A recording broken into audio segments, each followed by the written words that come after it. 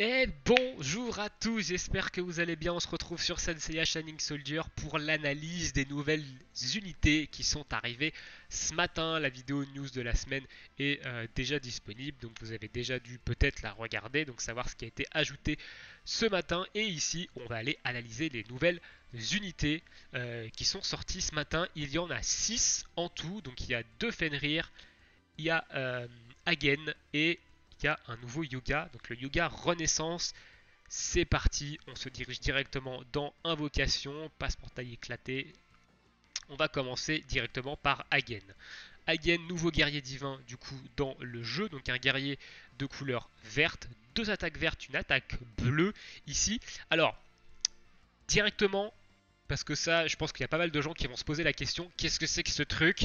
Et ben en fait, ce truc, ça indique simplement que Hagen fait partie des personnages boostés dans l'événement de classement qui va sortir la semaine prochaine, qui démarre mardi prochain. Ce petit logo-là indique simplement que c'est un personnage qui a des boosts dans l'événement de classement qui démarre la semaine prochaine. Ne vous inquiétez pas. Voilà, je préfère vous l'expliquer directement avant que les gens se posent la question, mais ça veut dire ça. C'est parti au niveau de ses stats. Donc là, ça va être les stats de niveau 150. Je vous laisse également aller voir dans la vidéo news de la semaine. Ils ont débloqué le niveau 150. On peut aller jusqu'au niveau 150 maintenant sur les persos. Donc là, ça va être une nouvelle forme d'analyse. Ça va être un peu compliqué. Il va falloir comparer à des personnages de niveau 150. Donc au début, peut-être que j'ai un peu cafouillé sur les analyses, mais on va tâcher de faire au mieux. Du coup, niveau 150 rang guerrier, rang guerrier 12, rang guerrier 15, pardon, donc rang guerrier maximum ici. Alors évidemment, il va falloir que j'aille mettre à jour toutes les fiches de perso avec les stats niveau 150. Merci Bandai, merci beaucoup. Ça va me filer plein de travail. Euh, du coup, c'est parti. Donc en termes de points de vie, on est sur du 85 300, donc c'est plutôt pas mal. C'est un personnage de classe bloqueur, Hagen. Euh, donc 85 300 pour un bloqueur, c'est très bien. On a une bonne attaque physique. Je suis pas sûr qu'il ait des attaques de type physique. On a une grosse attaque combative, par contre 38 800, c'est plutôt cool. On a une bonne défense physique ici, 20 000. On a une très bonne défense combative de 30 000. On a 4% d'esquive, c'est quand même assez bas ici au niveau de ses compétences chargées. Donc on a une première compétence chargée, Fureur du Volcan, qui est de couleur verte, de type combative ici. Vitesse de 4, c'est très bas. Temps de recharge 4, c'est assez bas aussi.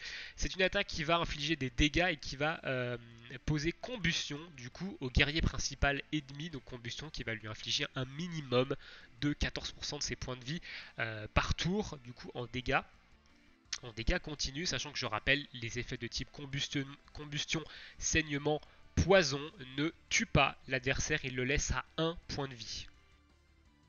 Donc attention à ça, ça laisse à un point de vie. Un personnage à un point de vie peut complètement vous éclater votre team. Donc voilà, donc ici, vitesse de 4, il passera jamais en premier, donc c'est très lent ici. Ensuite, deuxième compétence, gel de l'univers. Donc, compétence bleue de type combatif, vitesse d'attaque de 1, c'est très bas. Temps de recharge de 7, c'est extrêmement élevé. Inflige des dégâts et applique gel du coup au guerrier principal. Donc, évidemment, vous n'allez jamais passer en premier avec cette attaque. Vitesse d'attaque de 1, vous n'allez jamais la passer en premier. Et temps de recharge de 7, je vous déconseille de mettre cette attaque en attaque de soutien car vous ne la lancerez également jamais en combat. Et ça permet de gel, donc ça le gel c'est très fort. Si jamais ça proc, vous allez paralyser le guerrier principal pendant 3 tours, il va rien pouvoir faire. La seule chose qu'il va pouvoir faire, c'est des attaques de soutien si elles sont disponibles. Sinon, il ne pourra rien faire, il ne pourra que encaisser des dégâts.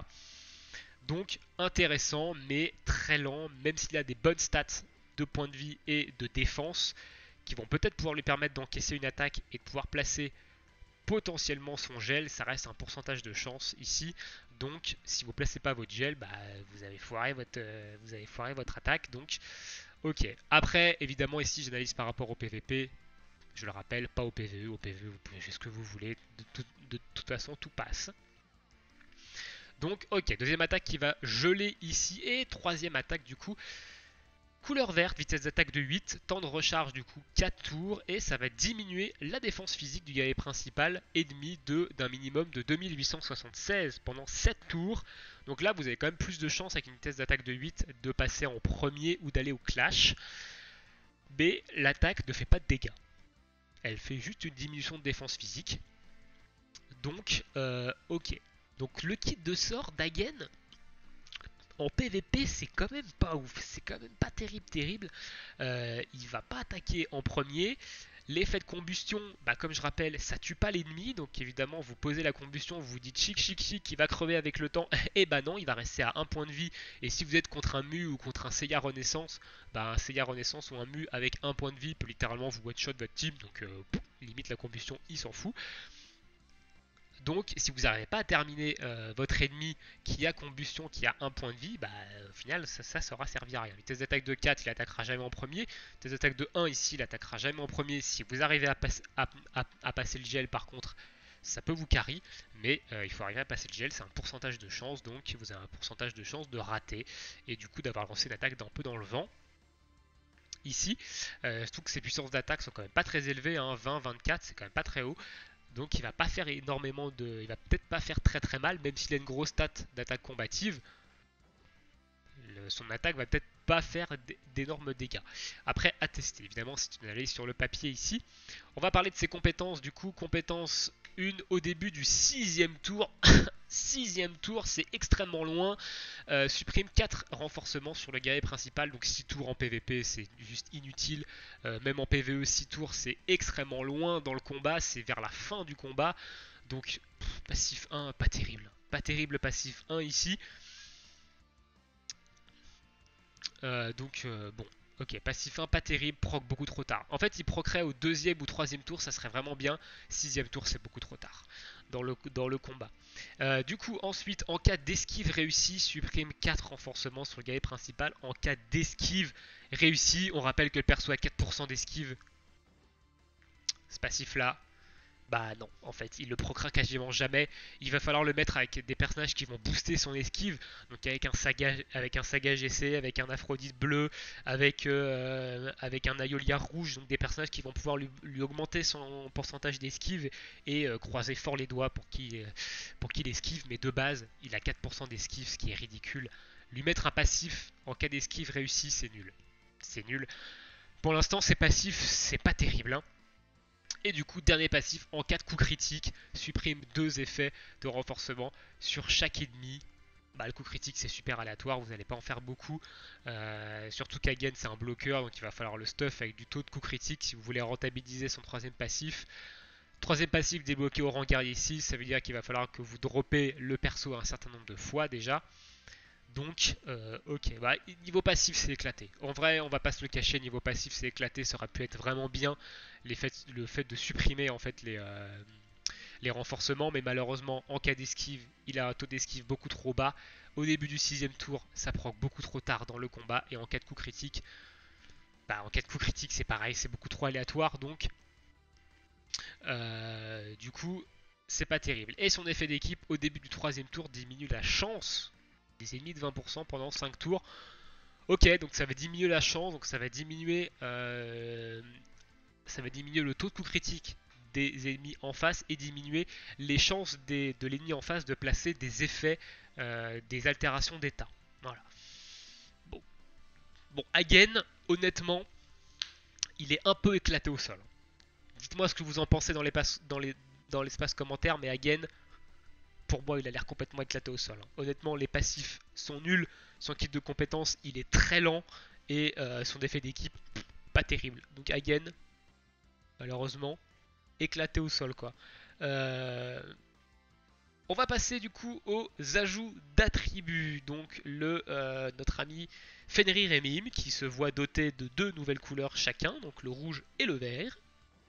On va attaquer tout de suite, on va pas trop perdre de temps pour éviter que la vidéo elle dure 100 ans. Pareil, c'est des personnages boostés dans l'event de classement, wow, l'artwork est assez ouf. Donc Fenrir, personnage de couleur verte, 3 attaques vert ici, donc ses stats au niveau 50, c'est un soutien, donc il a 115 000 HP, c'est très bien, il a 31 000 d'attaque physique, c'est très bien, 17 000 d'attaque combative, on s'en fiche, il n'a pas d'attaque de type combative je crois, 32 000 de défense physique, c'est bien. 22 000 de défense combative, c'est bien. 8% d'esquive, c'est un peu bas, mais c'est ok.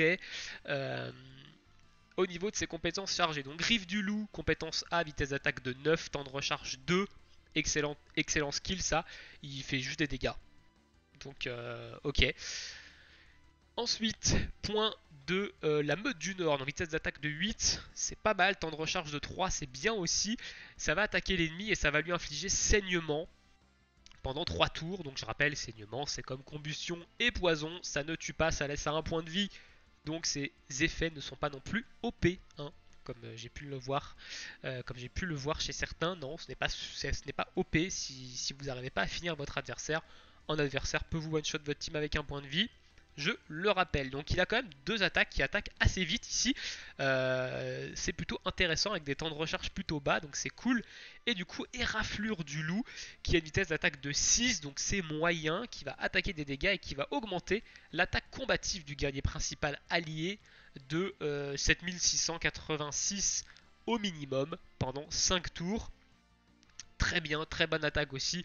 Temps de recharge de 5, malheureusement c'est un peu long, mais il va pouvoir se booster son attaque combative si vous arrivez à attaquer en premier, sachant qu'il a des grosses stats de def et une grosse stat d'HP. Ça peut être intéressant de commencer par une éraflure du loup pour se booster en attaque, et derrière on spam. Attends, il y a un problème là. L'attaque combative du guerrier principal allié, sauf que lui il n'a que des attaques de type physique. Ouais, il n'y a pas comme un souci là. Il y a un souci là. Il y a un souci, monsieur. Sachant que bah, si vous voulez que cet effet-là proc, eh bah, il faut le mettre en compétence de soutien, temps de recharge de 5. C'est assez éloigné. Donc ça lui sert à rien déjà, lui. Donc ça sert à rien de faire cette attaque quand vous avez lui sur le terrain, parce que il n'a pas d'attaque de type combatif, donc l'attaque combative ça lui sert à rien. Et en attaque de soutien du coup, ça va être une attaque de soutien surtout ça. Temps de recharge de 5, c'est assez élevé quand même, donc c'est vers la fin du combat, donc c'est pas terrible, hein. Oh ouais, ok, je redescends un peu. Non, c'est pas terrible comme attaque ça, par contre. Je sais pas si c'est une erreur de trad ou pas, mais c'est pas ouf, hein. Du coup, ok, donc il a un kit. Ok, il a un kit, ok, ses deux premières attaques sont bien. Sa dernière attaque, par contre, je comprends pas pourquoi ils ont fait 1000 attaques combatives alors que c'est full physique sur lui. Mais bref. Au niveau de ses compétences, au début du tour 4, augmente l'attaque combative des alliés de 5762 pendant 7 tours. Donc au début du tour 4, c'est quand même assez loin dans la game, hein. En PvP, ça va être c'est le mid-late game, hein, le quatrième tour. Donc en PvE, par contre, why not? Ça peut être intéressant ici, même si quatrième tour, c'est quand même assez lointain dans la game en PvE. Donc ça proc un peu tard. Honnêtement, on va pas se le cacher, ça proc un peu tard. Quatrième tour, on aurait préféré troisième, voire même deuxième tour mais deuxième tour, ça aurait été un peu OP. Mais au moins troisième tour, quatrième tour, c'est un peu lointain. Ensuite, augmentation de l'attaque combative des alliés. Donc si remplacé, donc ça veut dire que s'il se replie, il va augmenter l'attaque combative des alliés de 24% pendant 7 tours. Donc ok, ça c'est très bien quand il se replie. Et en combat, il va également augmenter l'attaque combative des alliés de 24% durant tout le combat à partir sur le passif 3. Donc c'est un support pour les teams combatives. Bandai n'a strictement absolument rien compris, hein. Ils nous mettent encore un support pour du Mu, pour du Saga, etc. qui vont encore régner en maître sur la méta PVP, hein. Je sais pas pourquoi ils font ça, mais ok, why not. Donc là on a encore un gros support d'attaque combative pour les teams attaque combative, hein, pour les teams à base de Saga, à base de Mu, à base de Gemini rouge, etc. Bah, le Fenrir vert va venir très bien s'intégrer dans cette team, hein, pour booster encore plus l'attaque combative de ces persos qui n'en ont absolument pas besoin. Mais bon. Et du coup, son effet d'équipe, il va au début du troisième tour augmenter l'attaque combative des alliés de 24% pendant 5 tours. Donc ça touche tous les alliés encore une fois. Donc excellent effet d'équipe pour les teams combatives. Donc le perso honnêtement est très bien. Le perso est un excellent soutien pour les teams, autant sur le banc que sur le terrain, pour les teams qui sont focalisés sur l'attaque combative. Donc Ok, c'est intéressant, c'est cool. Maintenant, ça va encore plus propulser les teams à base de Musaga encore plus dans le top, donc qu'elles le sont déjà. Donc, je vois pas l'intérêt en fait d'avoir sorti ça. Ça aurait été bien qu'ils sortent un soutien physique, je pense plutôt, même s'il aurait été utilisé avec Seiya Renaissance. Mais bon, ici on a encore un boost pour les attaques, les teams attaques combatives. On va passer du coup au Fenrir rouge cette fois-ci. L'artwork il est ouf, putain. Wow, il est ouf. Du coup, personnage de type rouge, 3 attaques rouges. Ici, on est sur un bloqueur, donc 132 000 HP, c'est énorme, hein. C'est très très bien. Attaque physique 33 000, c'est bien. Attaque combative 19 000, il n'a pas d'attaque de type combatif, je pense, donc ça on s'en fiche. Bonne défense physique 27 000. Défense combative moyenne 18 000, il a 0% d'esquive, ça par contre c'est pas terrible, il va jamais pouvoir esquiver à moins d'avoir des boosts d'esquive. Compétences chargées, du coup griffe du loup, vitesse d'attaque de 9, temps de recharge de 2, classique, ça c'est très bien comme compétence. Point de la meute du nord, donc vitesse d'attaque de 8, c'est bien, cette fois-ci lui il va infliger saignement, au lieu d'infliger, je sais plus ce qu'inflige l'autre. Qu'est-ce qu'il inflige l'autre? Je sais plus, il inflige saignement aussi je crois le Fenrir, le Fenrir vert. Oui il inflige, ok, bon comme le Fenrir vert, hein, en fait il inflige saignement. Ici, donc pareil, hein, même chose, vitesse d'attaque de 8, temps de recharge de 3, c'est bien. Et du coup, les raflures du loup, cette fois-ci, donc vitesse d'attaque de 6, temps de recharge de 5, et ça va du coup faire des dégâts. Et diminuer l'esquive du guerrier principal ennemi de 10% au minimum pendant 5 tours. Why not? Ok, donc un set de compétences chargées, ok. On va aller voir ses compétences passives parce que c'est là que ça nous intéresse. Et je vois qu'il y a des choses intéressantes. Je vois qu'il y a des choses intéressantes. Donc au début du quatrième tour, quatrième tour par contre c'est loin, c'est loin, c'est loin. Bandai c'est loin, quatrième tour, faites deux, deuxième tour c'est bien. Troisième à la limite, quatrième tour c'est trop loin en PvP. Il va du coup ralentir la compétence chargée C du guerrier principal ennemi de 2, donc il va diminuer en fait la vitesse d'attaque de l'attaque C du guerrier principal de 2. Donc par exemple si il a une attaque C qui tape avec une vitesse de 9, et bah à partir du quatrième tour il tapera avec une vitesse de 7 pendant 5 tours.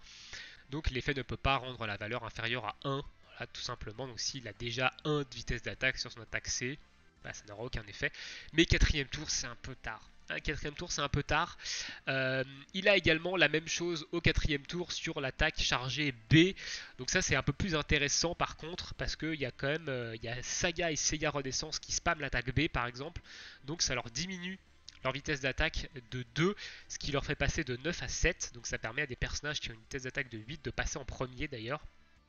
Et à vos personnages qui ont une vitesse d'attaque de 9 d'être sûrs d'attaquer en premier et de ne pas partir au clash. Donc intéressant, mais voilà, quatrième tour, c'est pareil, c'est un peu lointain en PvP. On aurait aimé troisième tour à la limite. Deuxième, ça aurait été le must, ça aurait été peut-être un peu OP, mais quatrième tour, bon, on prend, mais c'est un peu lointain. Mais les effets sont intéressants. Et passif numéro 3, il a exactement la même chose, mais pour les compétences chargées A, cette fois-ci, pareil, au début du quatrième tour. Donc au début du quatrième tour, en fait, et bah, le Fenrir, il va réduire la vitesse d'attaque de toutes les compétences du guerrier principal de 2 pendant 5 tours. Donc il va perdre 2 vitesses d'attaque sur toutes ses compétences, le guerrier principal, pendant 5 tours. Donc ça peut être pas mal pour handicaper des teams qui ont des hautes vitesses d'attaque. C'est bien qu'ils intègrent ce genre de personnage, honnêtement, pour essayer un peu de casser cette méta spam 9, mais quatrième tour, c'est trop lointain. Quatrième tour, ça proc trop lointain. Il faudrait que ce soit au début du deuxième tour. Au début du deuxième tour, ça serait vraiment godlike et ça casserait vraiment cette méta de spam attaque 9. Donc deuxième tour, ça serait bien. Quatrième tour, c'est un peu lointain malheureusement. Et du coup, effet d'équipe, diminution de l'équipe sur les ennemis. Donc au début du troisième tour, il va diminuer l'esquive de 14% des ennemis. Donc ça, c'est plutôt intéressant en PvP. Ça évite des petites esquives furtives qui peuvent vous faire du tort, hein, et carry la game de votre adversaire. Donc voilà. Donc le Fenrir rouge, un kit intéressant ici. Malheureusement, quatrième tour, je trouve que c'est un peu trop tard. Mais des très bons passifs. Réduire la vitesse d'attaque, c'est vraiment très intéressant en termes de passifs. Donc j'aimerais qu'on ait un peu plus de personnages dans ce goût-là, qui sortent, mais que ça proc un peu plus tôt dans la game pour pouvoir justement complètement contrer cette méta Mu, Saga, Seiya Renaissance, etc. Donc ce spam 9, pouvoir casser tout simplement ça.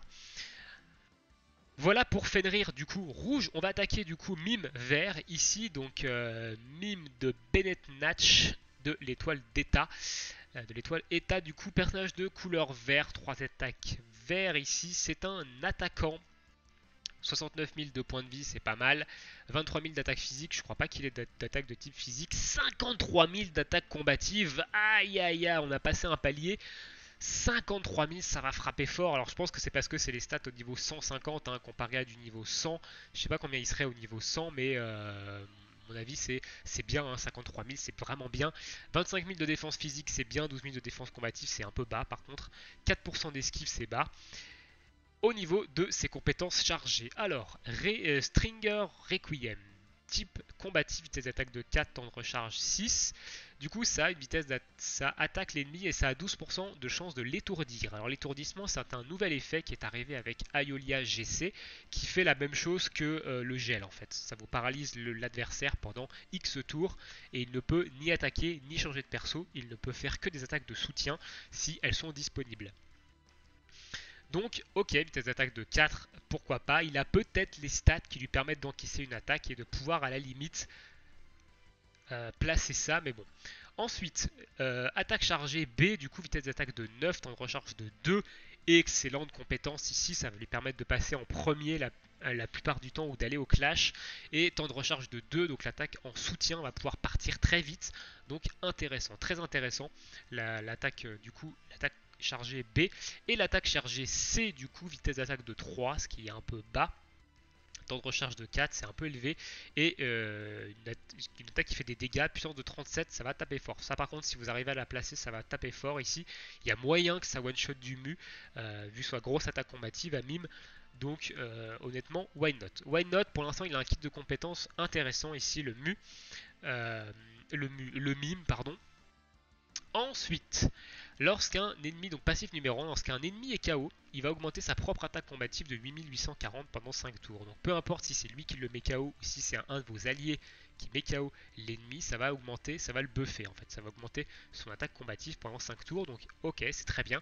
Au début du deuxième tour, il va augmenter sa propre attaque combative de 34% pendant 5 tours. C'est excellent, il a une grosse attaque combative. Donc 34% ça va commencer à causer. Et ensuite, en combat, augmente son attaque combative de 34%. Donc, il a d'excellents passifs pour un attaquant de type combatif. Et honnêtement, le perso va frapper fort. Il a un bon kit de compétences chargées. Personnage très intéressant ici. Et son effet d'équipe, du coup, il va augmenter l'attaque combative des guerriers divins alliés de 29%. Donc, énorme effet d'équipe pour les guerriers divins. Maintenant, est-ce qu'il y a des guerriers divins de type combatif que tu as envie de jouer à part lui? Bon, c'est pas non plus ouf comme effet d'équipe pour l'instant parce que la team guerrier divin elle est pas non plus trop tournée sur les attaques de type combative. Mis à part ce mime ici qui est combatif, du coup le reste c'est pas trop combatif. Donc honnêtement le mime, rien à dire, très bon personnage, très bon attaquant qui risque de faire mal à du mu je pense. Donc plutôt bon ajout. On va passer du coup au mime rouge du coup, donc 3 attaques de type rouge également. Personnage de type défenseur ici, 139 000 HP c'est bien, 11 000 d'attaque physique c'est bas, 21 000 d'attaque combative c'est moyen, 50 000 de défense physique c'est très bien, c'est très haut, 29 000 de défense combative c'est bien, 12% d'esquive c'est vraiment correct.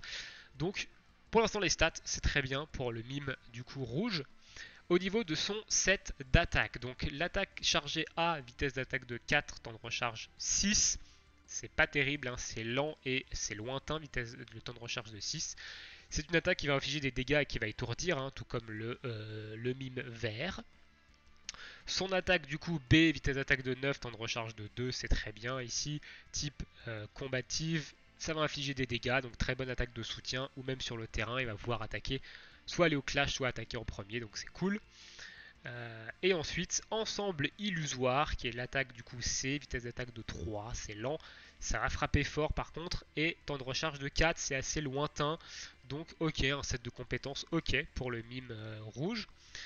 Ses capacités passives. Compétence passive numéro 1, au début du 4e tour, augmente sa propre défense physique de, de 39% pendant 7 tours. Donc 4e tour, c'est un peu lointain quand même dans la game, donc il va falloir le laisser sur le banc et attendre la fin de la game pour le sortir. Si remplaçant, donc quand il va rentrer sur le terrain, il va augmenter sa défense physique de 39% pendant 7 tours. Donc si vous le faites rentrer à partir du 4e tour, il va avoir un gros boost de défense physique. Et en combat, augmente sa propre défense physique de 39% également. Sachant qu'il a une stat de défense physique de 50 000, quasiment 51 000. Il va encaisser, vous le mettez contre un personnage qui frappe en physique, il y a moyen qu'il encaisse sévère le mime quand même. Donc intéressant ici également le mime et effet d'équipe. En combat, augmente la défense physique du guerrier principal allié de 34%, donc ça agit sur le guerrier qui arrive sur le terrain en tout début de combat, je le rappelle, hein, ça n'agit pas sur les deux autres. 34% de défense physique, c'est plutôt intéressant. Donc le mime, ça a l'air d'être un bon gros tank physique, le mime rouge, qui va pouvoir encaisser vraiment, vraiment bien, je pense, des attaques de type physique. Il faudra évidemment faire des tests si jamais vous le droppez. Dites-moi si le perso tank bien. On va ensuite finir du coup cette analyse sur le yoga Renaissance. Alors, on va aller dans le renforcement des guerriers. Yoga Renaissance qui est ici, hop, que j'ai débloqué, donc j'ai déjà rangé 4 via l'émission. Hein. On va aller voir un peu son kit. Alors au niveau des stats, malheureusement, on ne pourra pas voir ses stats. Donc ça, je vous le laisserai évidemment voir sur le wiki. Stats d'esquive 12%, par contre, on peut déjà voir que ça c'est bien. 12% d'esquive. Ensuite, on va aller voir ses compétences chargées. Tonnerre de l'eau, vitesse d'attaque de 6, temps de recharge de 3. Donc c'est une attaque qui fait des dégâts. Vitesse d'attaque de 6, c'est bas, c'est moyen, il frappera jamais en premier. Donc comme on ne peut pas voir ses stats, on ne peut pas savoir s'il est capable d'encaisser une attaque avant de pouvoir lancer son tonnerre de l'aube. Ensuite, emprise de la glace, donc vitesse d'attaque de 4, temps de recharge de 4. Ça va faire des dégâts et ça va tout simplement geler, avoir un pourcentage de chance de geler. Donc c'est pareil, ça n'attaquera jamais. Pardon, ça attaquera jamais en premier.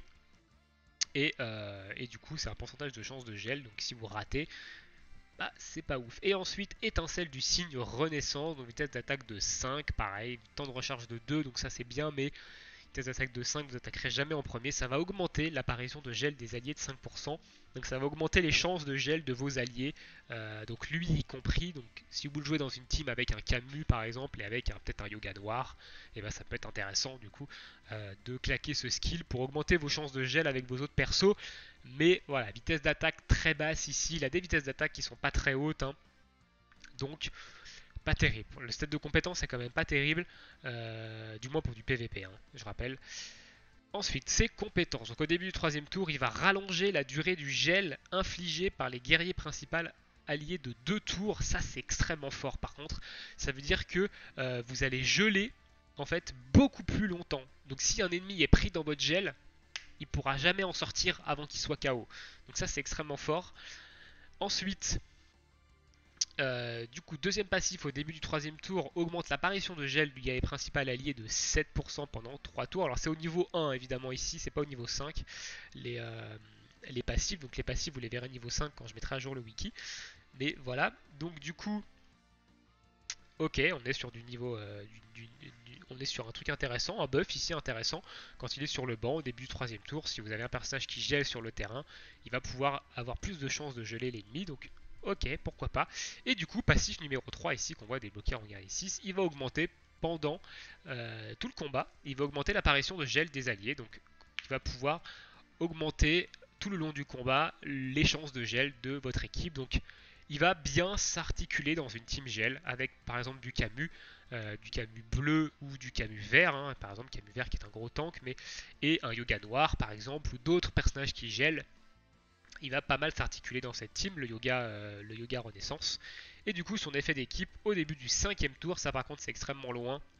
Il va augmenter l'apparition de gel des alliés de 4%, donc ça 5e tour par contre c'est beaucoup trop lointain. Donc l'effet d'équipe est pas terrible ici, mais voilà, ok. Pas mal, le Yoga Renaissance, il va venir s'articuler dans une team gel. On va peut-être voir une team gel vraiment sortir un peu sortir la tête de l'eau. Une team qui peut être un peu cancer si jamais le gel proc. Donc à voir évidemment ce que ça peut donner, mais ok, why not. Plutôt intéressant le yoga ici. Ok. Et bah sur ce, on a terminé pour l'analyse des personnages. Donc j'espère que si vous invoquez, vous allez dropper, etc. N'hésitez pas à me dire dans l'espace commentaire si vous avez droppé des choses dans les nouveaux personnages. Qu'est-ce que vous pensez tout simplement de ces nouveaux persos? Est-ce que vous êtes d'accord avec moi sur certaines analyses? Est-ce que vous n'êtes pas d'accord avec moi sur certaines analyses? Venez argumenter, évidemment sans m'agresser, hein. Je n'ai pas la science infuse, je le rappelle. Ce n'est qu'une analyse papier, hein. Les analyses évidemment papier peuvent être un peu différentes de ce qui se passe en jeu, hein, évidemment. Donc restez courtois. Sur ce, je vous souhaite à tous une très bonne journée et une très bonne soirée. On se retrouve évidemment bientôt pour de nouvelles vidéos sur la chaîne. Ciao, ciao tout le monde.